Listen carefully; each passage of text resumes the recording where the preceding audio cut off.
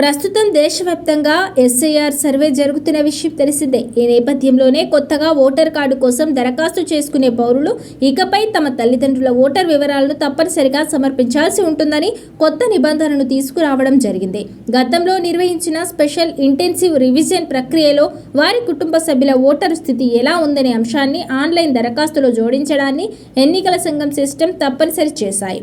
తొలిసారి ఓటు హక్కు కోసం దరఖాస్తు చేసేవారు ఉపయోగించే ఫామ్ 6లో పరిపాలన పరమైన ఆదేశాల ద్వారా ఈ నిబంధనను చేర్చారు. ఎన్నికల సంఘం అధికారిక పోర్టల్లో అందుబాటులో ఉన్న డిజిటల్ ఫామ్ 6లో దరఖాస్తుదారులు 3 ముఖ్యమైన ఆప్షన్లలో ఒకదాన్ని ఎంచుకోవాలి.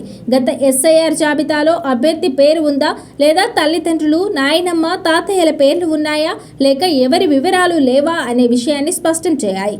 మొదటి 2 ఆప్షన్లు ఎంచుకుంటే దానికి సంబంధించిన అసెంబ్లీ నియోజకవర్గం, polling booth number, serial number వంటి వివరాలను నమోదు చేయాల్సి ఉంటుంది.